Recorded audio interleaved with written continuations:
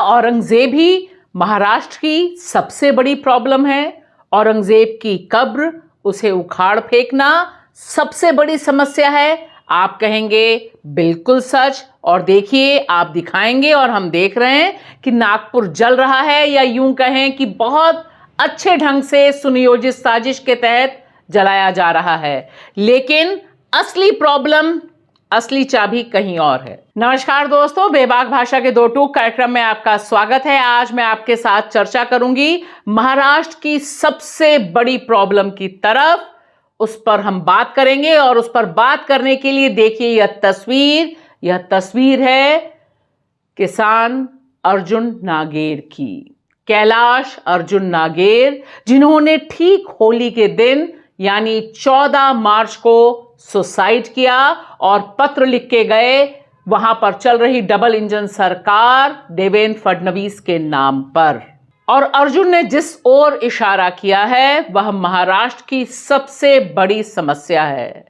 और यह मैं नहीं कह रही, यह महाराष्ट्र में जो सरकार चल रही है, वहां के जो मंत्री हैं मरकंद जाधव पाटिल, उन्होंने विधानसभा में यह आंकड़ा पेश किया। इसे ध्यान से देखिए। महाराष्ट्र में रोजाना, जी हां डेली, 8 किसान आत्महत्या कर रहे हैं, करने को मजबूर किए जा रहे हैं, और ऐसा 56 महीनों से हो रहा है। अगर हिसाब लगा लीजिए तो 14,000 किसान आत्महत्या कर चुके हैं, अकॉर्डिंग टू डबल इंजन की सरकार, जिसके मुख्यमंत्री हैं देवेंद्र फडणवीस। और वह देवेंद्र फडणवीस किसानों पर तो एक लाइन नहीं बोलते, अर्जुन पर भी एक शब्द नहीं कहा, जो कि उनकी डिक्शनरी और उनकी परिभाषा के अनुसार हिंदू किसान है, लेकिन वह मर जाते हैं, वहां पर नहीं बोलते। और सदियों पहले दफनाए गए औरंगजेब की कब्र पर इस तरह के तमाम बयान दिए जाते हैं और नागपुर को जलाया जाता है।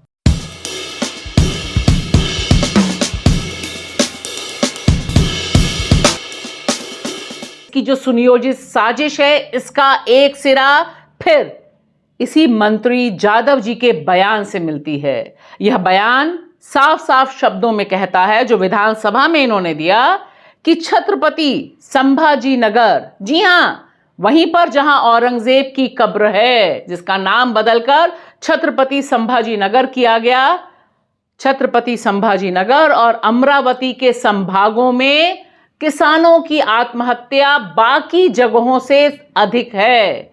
यानी सबसे ज्यादा अगर कहीं किसान परेशान हैं तो इन्हीं इलाकों में है, जहां औरंगजेब का जिन खड़ा किया जा रहा है, नफरत परोसी जा रही है, ताकि किसान जो आत्महत्या करने पे मजबूर है, जो आत्महत्या कर रहा है, उस पर हमारी और आपकी निगाह ना जाए।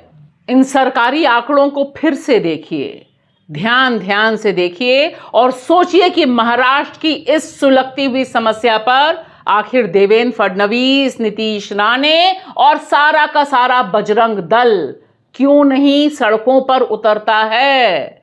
यह आंकड़े बता रहे हैं कि साल 2024 में महाराष्ट्र में 2635 किसानों ने आत्महत्या की, 2023 में 2851 किसानों ने आत्महत्या की, और 2022 में यह आंकड़ा करीब 3000, 2021 में 2743 किसानों ने जान गंवाई। यह सारे किसान जो मारे गए हैं, ये दरअसल सरकार की गलत नीतियों की वजह से मारे गए हैं। इस पे अनगिनत आंकड़े, अनगिनत स्टोरीज हमारे पास मौजूद हैं। लेकिन अर्जुन की जो कहानी है वह और ज्यादा दिल दहलाने वाली है। अर्जुन नागेर की आत्महत्या, या यूं कहें कि ये जो इंस्टीट्यूशनल हत्या हुई है, इसमें बहुत बड़ा पेच है। बस 4-5 साल पहले 2020 में इसी किसान को सरकार ने यंग अवार्ड दिया था, यंग किसान का अवार्ड दिया था। और देखिए यह तस्वीरें, यहां पर यह किसान भविष्य के लिए एक अलग राह खोजता हुआ दिखाई देता है। इनकी आंखें एक अलग ढंग के आशा से भरी हुई हैं। महाराष्ट्र के बुल्डाना जिले के देवलगांव राजा तहसील के शिवनी आरमाल गांव के किसान कैलाश अर्जुन नागेर आखिर क्यों आत्महत्या करने पर मजबूर हुए? और उससे भी बड़ा सवाल जो पूछा जाना चाहिए, जो सारे मीडिया से गायब है, कि आखिर इस नौजवान किसान ने आत्महत्या करते समय जो 3 पेज का सुसाइड नोट छोड़ा, उसमें यह क्यों लिखा कि मेरे शव को तब तक मेरे खेत से ना हटाया जाए जब तक हमारी मांगे नहीं मानी जाती हैं, और प्रशासन को किसानों की रत्ती भर परवाह नहीं है, इसलिए मजबूर होकर मैं अपनी जान दे रहा हूं। यह जो सुसाइड नोट है, दरअसल यह पोल खोलता है देवेंद्र फडणवीस की नफरती राजनीति की, कि क्यों वह बार बार अपनी पूरी ब्रिगेड के साथ महाराष्ट्र को सुलगाने जलाने की कोशिश कर रहे हैं, बार बार औरंगजेब का ड्रामा करके आखिर क्यों किसानों की जिंदगी से खिलवाड़ कर रहे हैं और सोच रहे हैं कि बहुत आसानी से वे निकल जाएंगे, क्योंकि सारे हिंदू बस औरंगजेब और औरंगजेब की कब्र पर चर्चा करेंगे।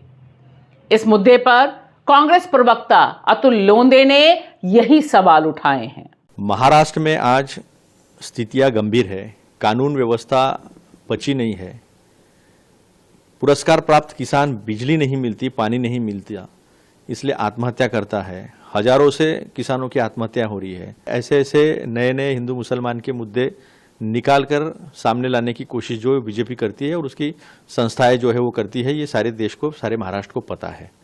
वास्तव हिंदू मुसलमान भिड़ाने में लगी सरकार को हिंदू किसानों की चिंता नहीं। यहां याद रखिए कि अर्जुन लड़ाई लड़ रहे थे पानी के लिए। वे पानी के लिए लड़ते लड़ते मर जाएं, सरकार की बला से उन्हें कोई फर्क नहीं पड़ता।